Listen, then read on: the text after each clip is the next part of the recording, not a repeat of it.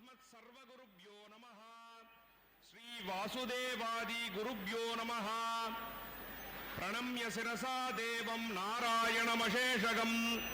रमावक्षोजकस्तूरी पङ्कमुद्रित वक्षसं शुक्लाम्बरधरं विष्णुं शशिवर्णं चतुर्भुजं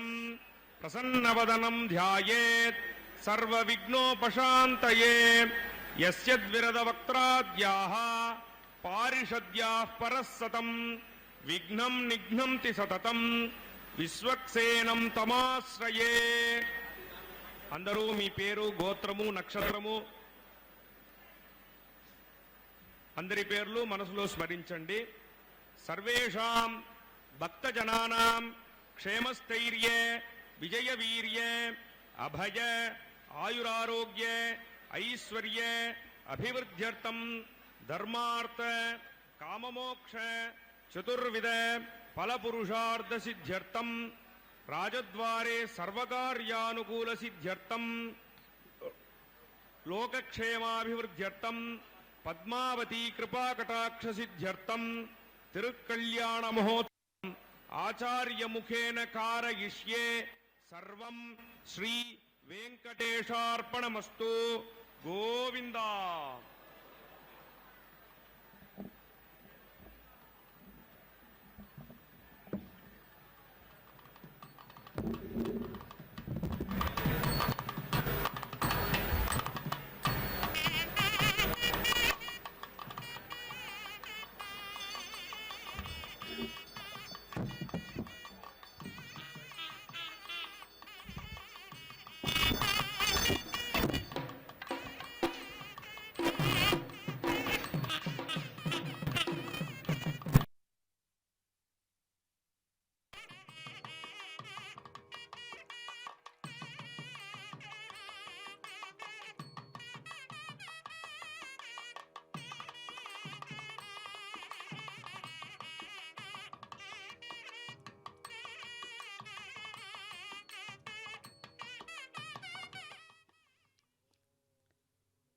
திருக்கண்டேன் பொன்மேனி கண்டேன்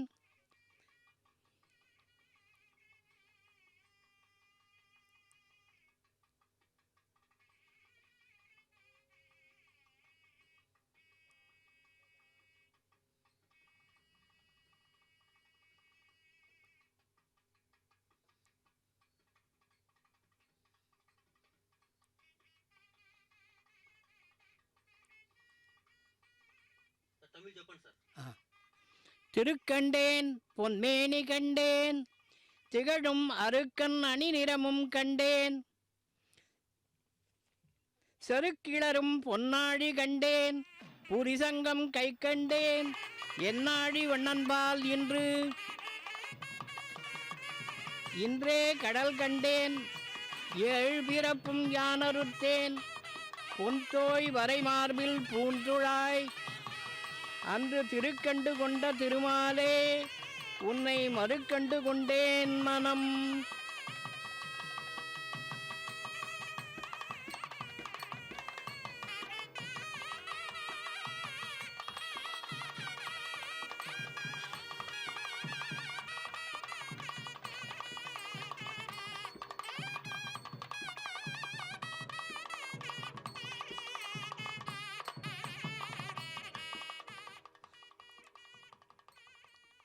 திருச்சானூரிலே நடைபெற்று கொண்டிருக்கின்ற ஸ்ரீ பத்மாவதி தாயார்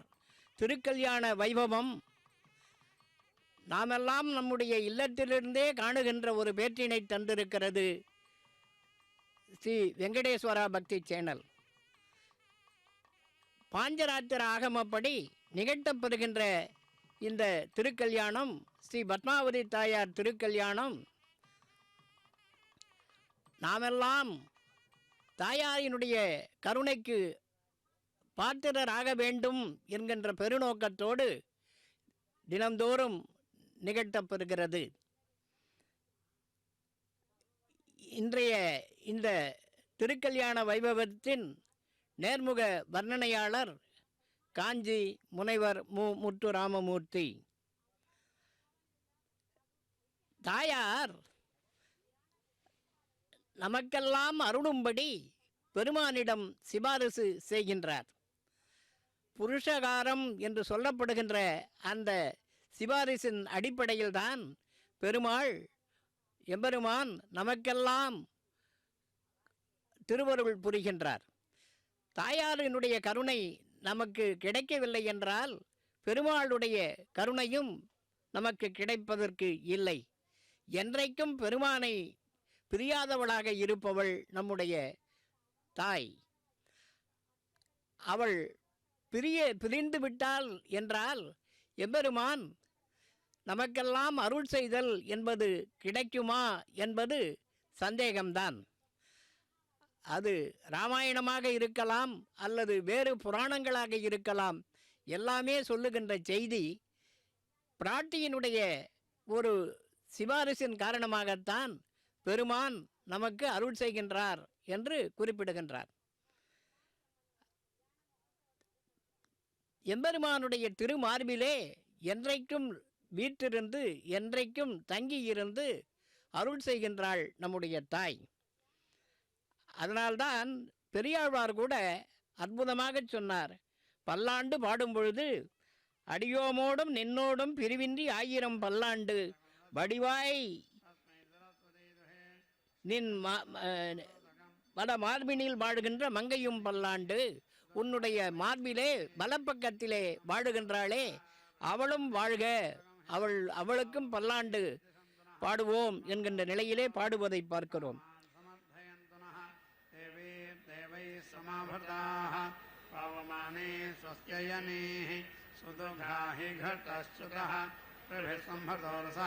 ब्राह्मणे सुमदगं हितं तेन देवा पवित्रेण आत्मानं पुनते सदा तेन सहस्रधारेण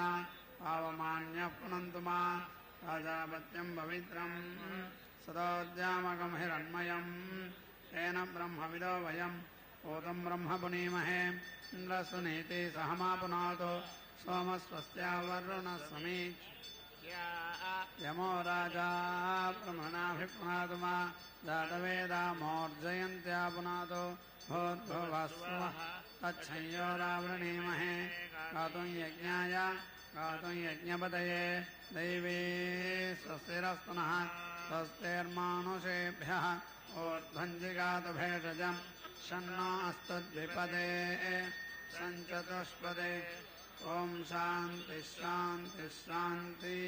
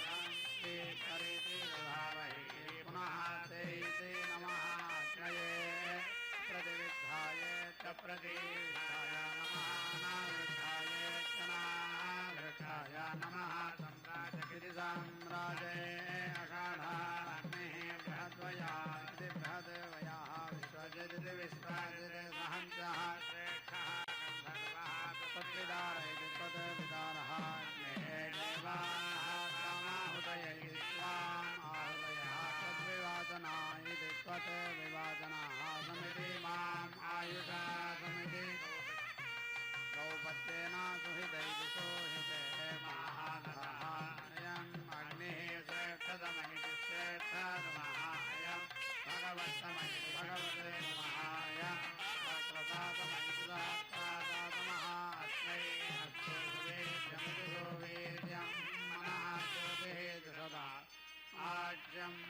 छिन्नमिति विच्छिन्नं यज्ञ समिति इमां दधातुर्याः इष्टाः पुरुषः निमृत इति निमृतः चाताः तमिति हविषातेन ओषधयः पयस्वते विरुधां पयः अपां पयसः यद् पयः तेन माम् इन्द्रासमिति सुजा अग्नेः व्रतापते व्रतं करिष्यामि यद् हृदयं तद् मे राध्यताम् अग्निहोदारं इहातं हुवे देवान् यज्ञान् इहायान् हवामहे यदि यन्तु देवाः सुमनस्यमानाः इति सुमनस्यमानाः यन्तु देवाः अविषः मे अस्य काः त्वायुनक्ति सा त्वायुनक्तो यानि धर्मे कपालानि उपजन्मन्ति उपजन्मन्ति वेधसः पूर्णः तानि अवेदे प्रदे इन्द्रवायु इन्द्रवायु वेदे मुञ्चदाम् अभिन्नः धर्मः जीरदानुरिति जीरादानो यतः आत्तः तद् अगन्ने पुनः युग्मः वेदिः परिधय इति परिधयः च सर्वे यज्ञस्य आयुः अनुसमिति चरन्ति त्रयस्त्रिगं सति त्रयः त्रिगं सते तन्तवः ये तत्मिर इति वितत्मिरे ये इमं यज्ञं स्वधयेति स्वाधयाः ददन्ते तेषां छिन्नं प्रतीति एतत् ग्रामे स्वाहा धर्मः देवान् अभिधि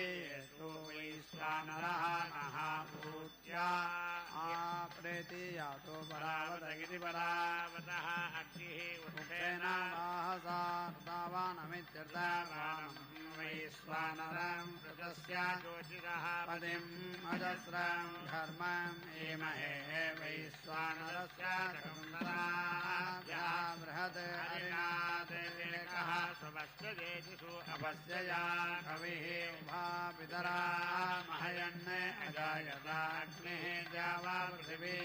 द्यावा पृथिवी भूरिरेतसेति भूरि रेतसाः पृष्टः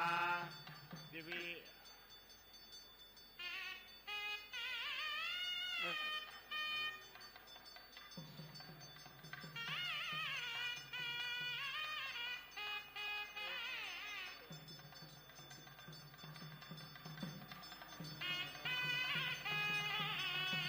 पृष्टः अग्निः पृथिव्यां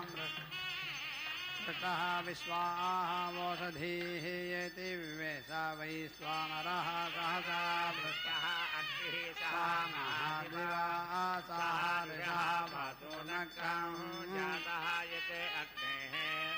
भुवना व्यक्षगिति वि अख्यः पशुं न गोपागिति गोपाः गिर्यः परिज्ञेति परिज्ञाः वैश्वानर ब्रह्मणे विन्दातं यूयं पाता स्वस्तिभिरिति स्वस्तिभिः सदा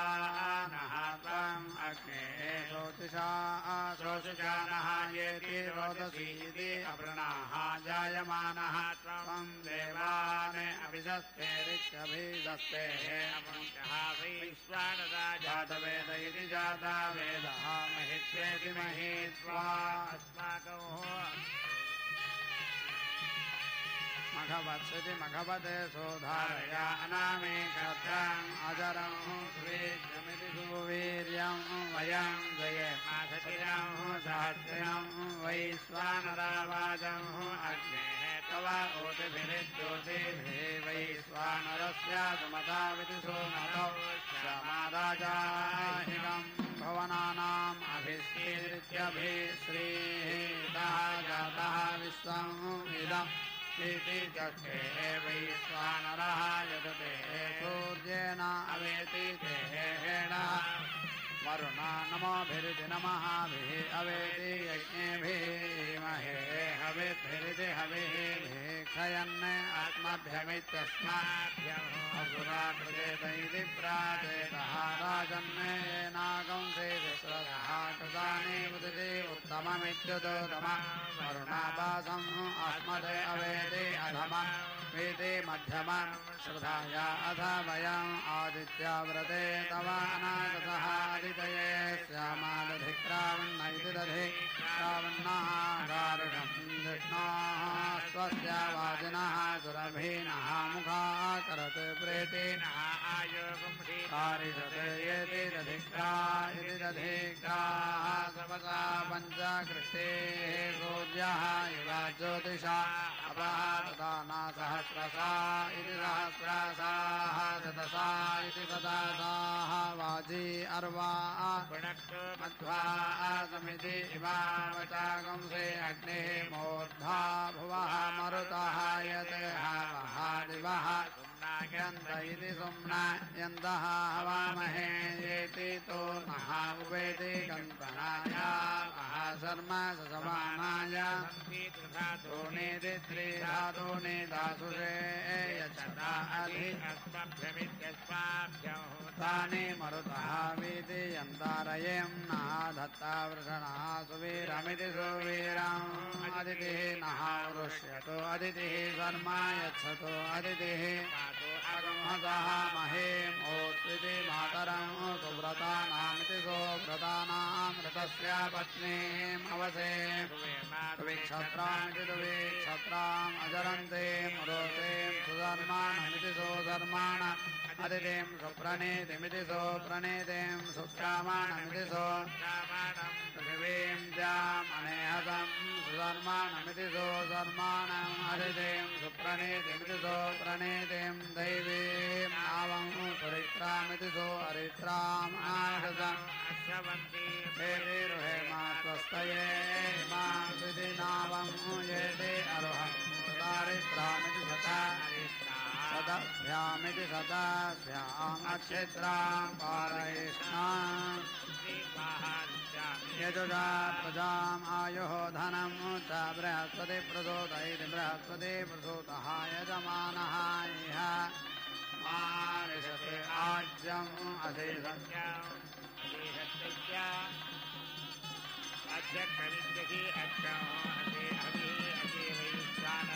वैश्वदेवमिति वैश्वदेवम् उत्पोदगत्ममित्युत्पोदादुत्तमोदचौजामिति सत्यामोजाः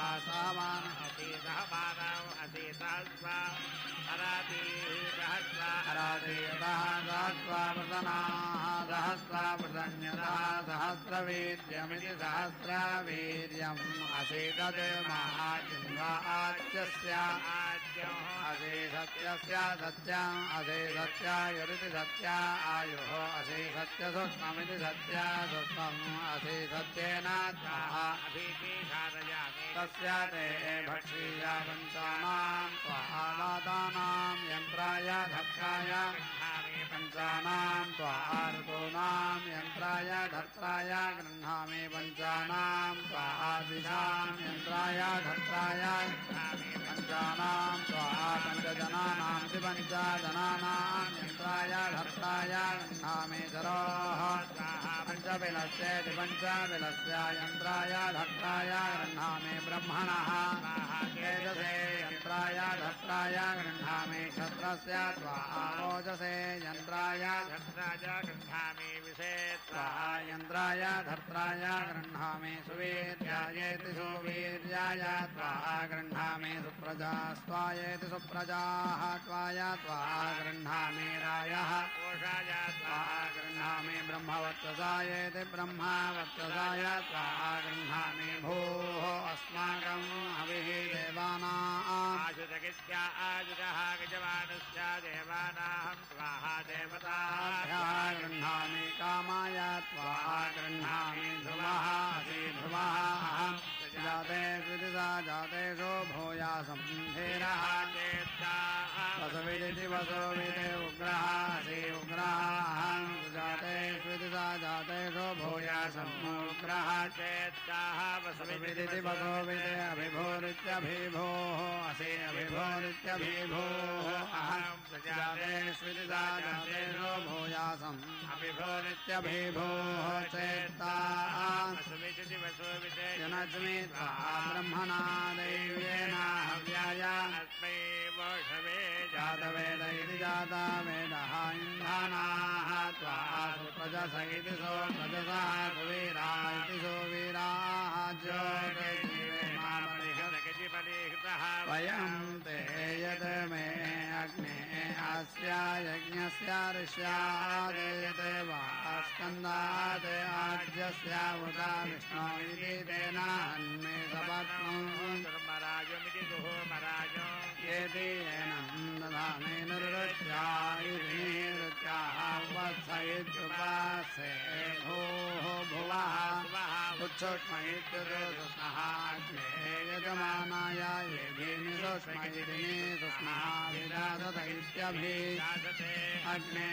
देवेद्धेति देवा युद्धामन्विद्धेति मनो युद्धामन्द्रजित्तेति मन्द्राजिह्वा अमर्त्यस्य ते होतः मूर्धन्येति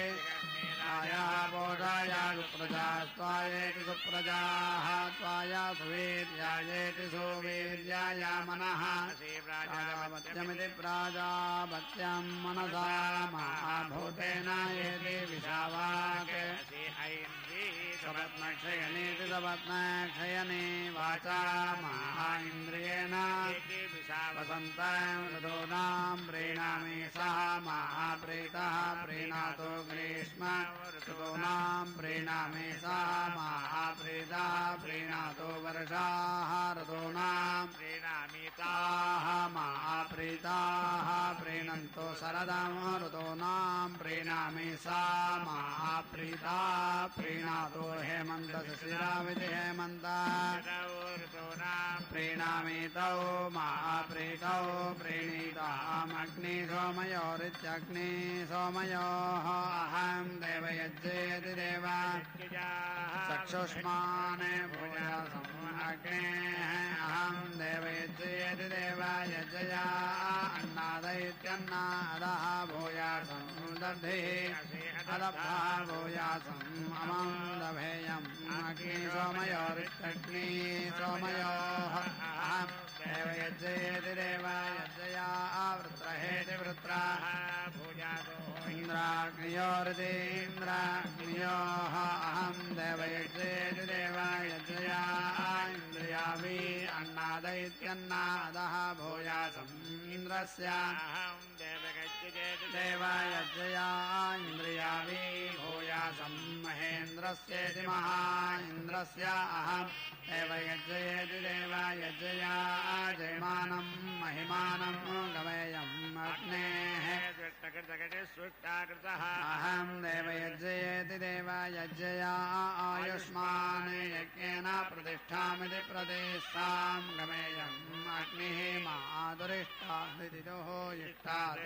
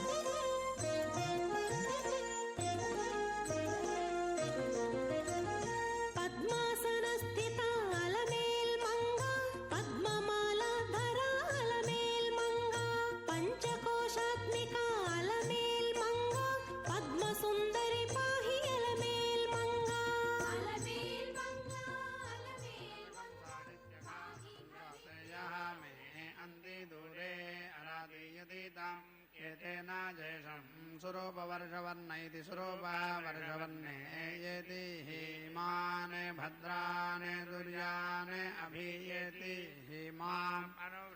अनुव्रतानीति शीर्षाणि मृड्भम् ईडे येति हि अदिते येति हि सरस्वती येति हि रन्तिः असि रमतिः असि सोनरी असि जुष्टे जुष्टिम् ते असि या उपहूत इत्युपाहूते उपहवमित्युपाहवम् ते असि या सा मे सत्या आसीरित्यासीः अस्य यज्ञस्य भूयात् अरेणता मनसा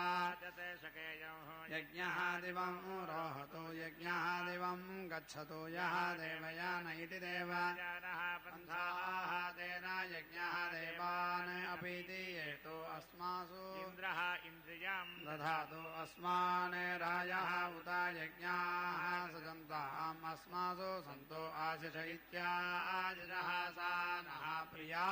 सुप्रदोर्तिरिति सुप्रदोर्तिः मघोनि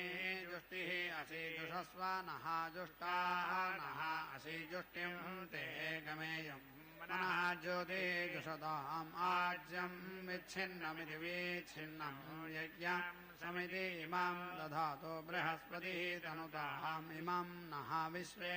देवाः इह मादयन्ताम् वृद्धाविन्वस्व ददतः मे मा क्षायी कुर्वतः मे मा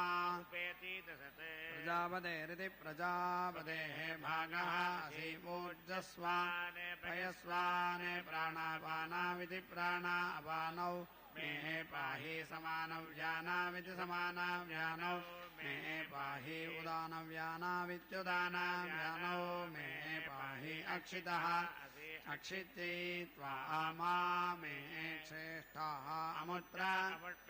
लोके बर्हिषः अहं देवयज्ञेति देवायज्ञया प्रजावानिति प्रजावान् भूयासं नरासकं सस्या अहम् देवयज्ञयेति देवायज्ञया पशुमानिति पशुमान् भूयासम् अग्नेः स्विष्टकृत इति स्विष्टकृतः अहम् देवयज्ञयेति देवायज्ञया आयुष्मान् यज्ञेन प्रतिष्ठामिति प्रतिष्ठा गमेयम् अग्नेः अहम् उज्जितिमित्युदोजितिम् अनौदिति जेषम् सोमस्य अहम् उज्जितिमित्युदोजितिम् अनौदिति जेषम् अग्नेः अहम् उज्जितिमित्युदोजितिम् अनौदिति जेषम् अग्नि सोमयोरित्यग्नि सोमयो अहम् उज्जितिमित्युदोजितिम् अनौदिति जेषम् इन्द्राग्नियोरिति इन्द्राग्नियो अहम् उज्जितिमित्युदोजितिम् अनौदिति जेषम् इन्द्रस्य अहम् उच्चितिमित्युदोजितिम् अनौदिति जेषम् महेन्द्रस्येति महा इन्द्रस्य अहम् उच्चितिमित्युदोजितिम् अनौदिति जेषम् अग्नेः स्विष्टकृतः अहम् उच्चितिमित्युदोजितिम् अनौदिति जेषम् वाजस्य महाप्रसवेनेति प्रसवेन उत्ग्राभेनेत्युद्ग्राभेण उदिति अथा सपत्नान् इन्द्रामे निग्राभेनेति निग्राभेन अधरान् अकः उद्ग्राभमित्युद्ग्राभं च निग्राभमिति निग्राभं च ब्रह्मदेवाः विवृधन् सपत्नान् इन्द्राग्नि इति इन्द्राग्नि मे विशोचीनान् इति अस्यताहं येति इमाः अग्मन् आशिष इत्याशिषः दोहकामा इति दोहकामाः इन्द्रवन्त इति इन्द्रावन्तः वनामहे भुक्षीमहि प्रजामिति प्राजाम् रोहितेन त्वा अग्निः देवतां गमयतु हरिभ्यामिति हरिभ्यां त्वा इन्द्रः देवतां गमयतु एतसेन त्वा सूर्यः देवतां गमयतु वीदिते मुञ्चामि रसनाः वीतिरस्मिन् वीति योक्त्रा यानि परिदत्तनानीति दत्तात् अस्मात् द्रविणां यते च भद्रां प्रेति नः ब्रूतात् भागधानिति भागा देवतासु विष्णाः संयोरिति संयोः अहं देवयज्ञेति देवायज्ञया यज्ञेन प्रतिष्ठामिति प्रतिष्ठां गमेयं सोमस्य अहं देवयज्ञयेति देवयज्ञया सुरेता इति सुरेताः रेताः धिया त्वष्टुः अहं देवयज्ञयेति देवयज्ञया पशूनां रूपं पुषेयं देवानां पत्नीः अग्निः गृहपतिरिति गृहपतिः यज्ञस्य मिथुनं तयोः अहं देवयज्ञयेति देवयज्ञया मिथुनेन प्रेति भूयासं वेदः असि विद्येः असि विधेय कर्म असि करुणौ असि क्रियासौ शनिः असि सनिता असि सनेयं घृतवन्तमिति घृतवन्तं कुलायिनं रायः पोषं सहस्रिणं वेदः ददातु वाजिनं ध्रुवा घृतेन यज्ञं यज्ञमिति यज्ञं यज्ञं प्रतीति देवयद्भैति देवयत् ऊर्जायाः ऊधादित्याः उपस्थयित्युपस्थे उरुधारेत्युरुधारा पृथिवी यज्ञे अस्मिन् प्रजापतेरिति प्रजापतेः विभानिति विभाने नाम तस्मिन् त्वा दधामि सहाय यजमानेन सत् असि सत् मे भूयाः सर्वम् असि सर्वं मे भूयाः पूर्णम् असि पूर्णं मे भूयाः अक्षितम् असि मा मे श्रेष्ठाः प्राच्यां दिशि देवाः ऋत्विजाः दक्षिणायां दिशि मासाः पितरः मार्जयन्तां प्रतीच्यां दिशि गृहाः बसवः मार्जयन्तां उदीच्यां दिशि आपः वोषधयः वनस्पतयः मार्जयन्ताम् ऊर्ध्वायां दिशि यज्ञः संवत्सर इति संवत्सरः यज्ञपतिरिति यज्ञापतिः मार्जयन्तां विष्णोः क्रमः असि अभिमातिः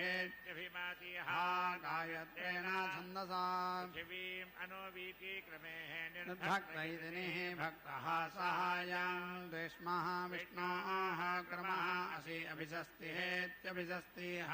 त्रैष्टुभेन छन्दसा अन्तरिक्षम् अनोवीति क्रमेः निर्भक्तैतिनिः भक्तः सहायं विष्णः विष्णोः क्रमः असि अरातीयतः हन्ता जागतेन छन्दसा दिवम् अनोवीति क्रमेण भक्तैतिनिः भक्तः सहायं विष्णः विष्णोः क्रमः असि शत्रो यत इति शत्रो यतः हन्ता अनुष्टुभेनेत्यानुष्टुभेन छन्दसा दिशः अनोवीति क्रमेण भक्तैतिनिः सहायं विष्णः अगन्मा सुवः सुवः अगन्मा चन्द्रस इति संस्कृता ते मा छित्सीयते ते तपः तस्मै ते मा एति वृक्षे शुभोरिति शोभो. திருச்சானூரிலே நடைபெற்றுக் கொண்டிருக்கின்ற ஸ்ரீ பத்மாவதி தாயார் திருக்கல்யாண வைபவத்திலே பல்வேறு பூஜைகள் இங்கே நிகழ்த்தப்பெறுகின்றன. முதலிலே இந்த திருக்கல்யாண வைபவத்தை ஒட்டி பிராட்டிக்கும் பெருமானுக்கும் காப்புக்கள் கட்டப்பெற்றன. அதைத் தொடர்ந்து பெருமானுக்கு பூணூல் அணிவிக்கப்பெற்றது. அதைத் தொடர்ந்து சடாரிக்கு இங்கே திருமஞ்சனம் நடைபெற்றது. அதைத் தொடர்ந்து இங்கே எரிதழல் ஓம்பப் பெற்று இந்த திருக்கல்யாண வைபவத்திலே கட்டப்பெற இருக்கின்ற சூட்டப்பெற இருக்கின்ற திருமாங்கல்யம் அதற்கும் திருமஞ்சனம் இங்கே நடைபெற்றது. இப்படி பல்வேறு பூஜைகள் நடைபெற்ற நிலையிலே அந்த திருமாங்கல்யம் இப்பொழுது எம்பெருமானுடைய முன்னிலையிலே வைத்து பூஜிக்கப்பெறுகின்ற அந்த அற்புதமான வைபவத்தை நாம் சேவித்து கொண்டிருக்கிறோம். என்றைக்கும் பெருமானை பிரியாதவளாக இருப்பவள் நம்முடைய தாய். அதனால்தான் எம்பெருமானை வர்ணிக்கின்ற போது கூட ஆழ்வார்கள் திருவுடையாள் மணவாளா என்று பெருமானை பிராட்டியோடு இணைத்துத்தான் அவர்கள் வழிபட்டு இருக்கிறார்கள், பிரார்த்தித்து இருக்கிறார்கள். எந்த நிலையிலும் பெருமான் பிராட்டியை பிரியாதவராக இருக்கின்ற வகையிலே அவர் நமக்கு அருள் செய்து கொண்டிருக்கின்றார். மலர்மேல் நின்று இம்மங்கை வையத்திடை வைக பலகாலும் தம் மெய் நனி வாடும்படி நோற்றாள். எம்பெருமான் அவருடைய வலது மார்பிலே இருப்பவள் நம்முடைய தாய். அப்படிப்பட்ட தாய் பலகாலம் நோற்றாளாம். எதற்காக நோற்றாளாம்? மலர்மேல் நின்று இம்மங்கை, அந்த மலர்மேலே நின்று நம்முடைய தாயார், அலர்மேல் மங்கை தாயார், இவ்வையத்திடை பலகாலம் தம்மை நனி வாடும்படி நோற்றார். இந்த உலகத்திலே தன்னுடைய திருமேனி வாடுகின்ற நிலையிலே அவர் நோன்பு நோற்றாளாம். ஏன் நோற்றாள் என்று பார்த்தால், இந்த உலக மக்களெல்லாம் இன்புற்று வாழ வேண்டும், அவர்களுடைய பாபங்களெல்லாம் தீர வேண்டும், எம்பெருமான் அதற்கு அருள் செய்ய வேண்டும் என்கின்ற ஒரு உயர்ந்த நோக்கத்தோடு, எல்லோரும் எல்லாமும் பெற வேண்டும் என்கின்ற ஒரு உயர்ந்த நோக்கத்தோடு நம்முடைய தாயார் தன்னுடைய மெய் நனி வாடும்படி நோற்றாராம். அழகாக ஆழ்வார்கள் குறிப்பிடுகிறார்கள்.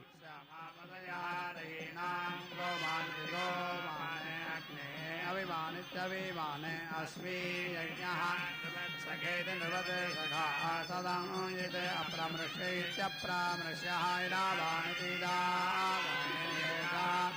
प्रजावानिति प्रजावाने दीर्घारयेः पृथुबुद्ध इति पृथुबुद्धः सभावानिति सभा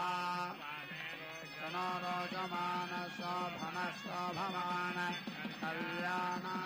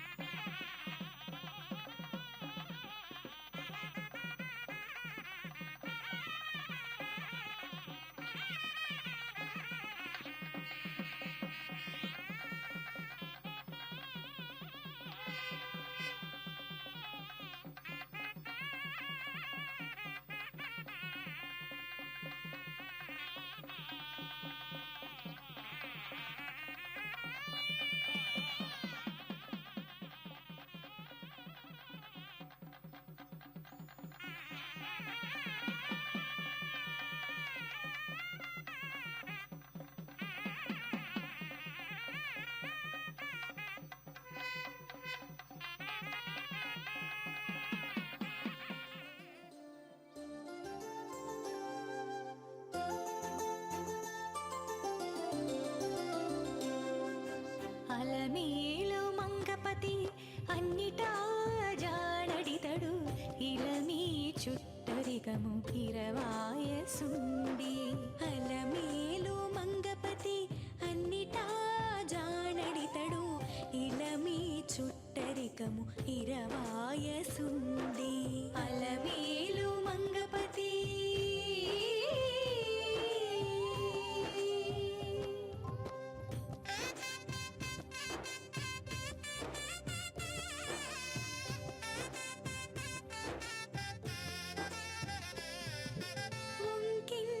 కృష్ణుడు ఉట్లు కొట్టి వెంకటాద్రిపుర వీధులను ఉంకించి కృష్ణుడు ఉట్లు కొట్టి వెంకటాద్రిపుర వీధులను మంకు గుల్లితలు మరి మీరు పెనగితేను ఉంకించి మానాలు సోకి సుండి. మంకు గుల్లితలు మరి మీరు పెనగితేను ఉంకించి మానాలు సోకి సుండి. అలమేలు మంగపతి అలమేలు మంగపతి అన్నిటా జానడితడు ఇలమీ చుట్టరికము ఇరవాయసుండి. అలమేలు మంగపతి ఆ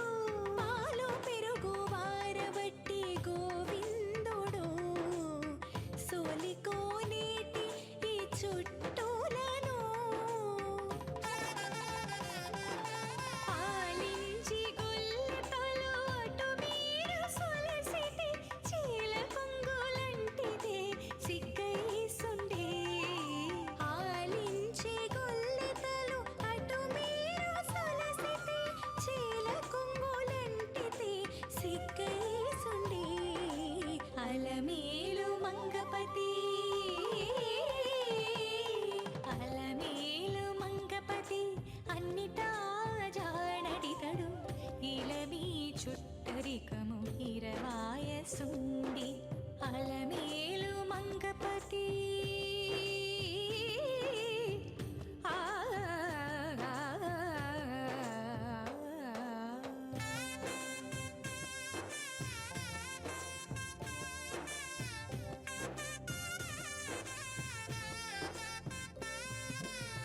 చేకొని వెన్నెలు జొర్రి శ్రీ వెంకటేశుడు వాకైన నిధి మీది వాడలను చేకొని వెన్నెలు జొర్రి శ్రీ వెంకటేశుడు వాకైన నిధి మీది వాడలను కాకరి గొల్లెతలు కాగిలించి పట్టేరు ఏకమైతిరి మీ గుట్టులెరిగి సుండి కాకరి గొల్లెతలు కాగిలించి పట్టేరు ఏకమైతిరి మీ గుట్టులెరిగి సుండి అలమేలు మంగపతి ఆ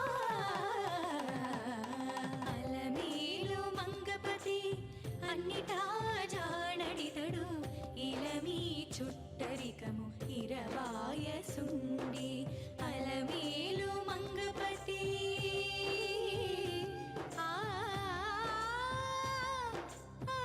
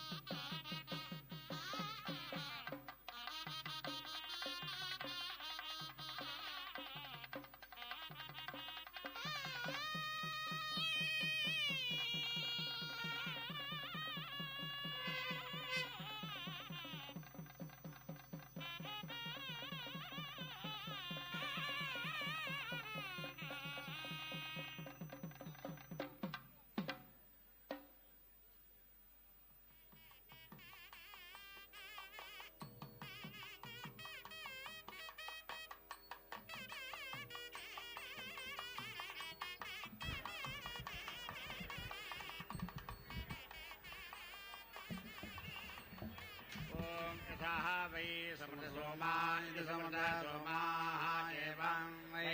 एते समृतयज्ञा इति समृतयज्ञाः एते दर्शपूर्णमासाविति दर्शपूर्णमासो कस्य वा देवाः यज्ञम् आगच्छन्तीत्यागच्छन्ति कस्य वा न बहूनां यजमानानां यः वै देवताः पूर्वः परिगृह्णाति परिगृह्णाति रायेनाः स्वाहा भूते यजते एतत् वै देवानाम् आयतनमित्यायतनं यत् आहवनीय इत्याहवनीयः अन्तरा अग्नि इति पशूनां गार्हवत्यः गार्हवत्यः मनुष्याणाम् अन्वाहार्यवचन इत्यन्वाहार्यवचनः पितॄणाम् अग्निं गृह्णाति स्वे एव आयतन इत्यायतने देवताः परिति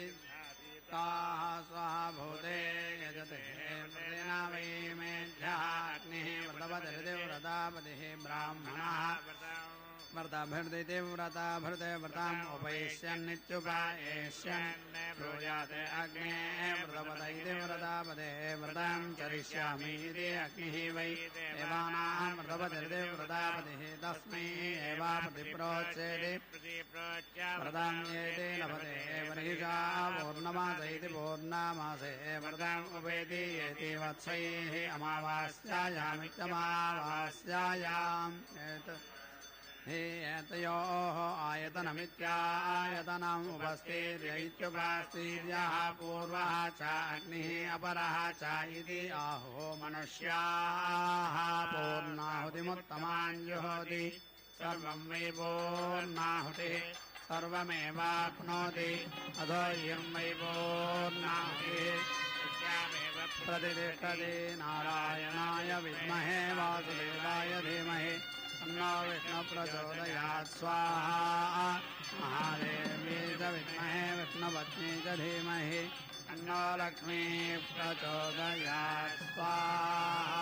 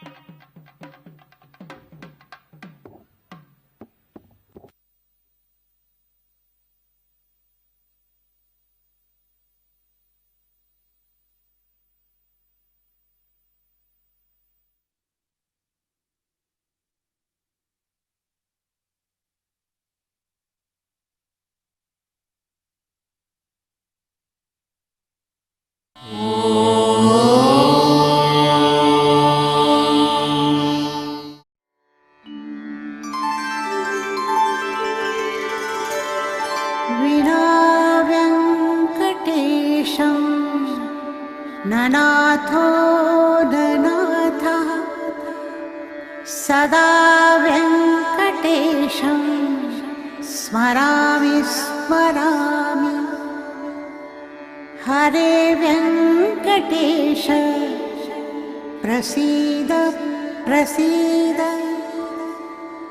प्रियं वेङ्कटेश प्रयच्छ प्रयच्छ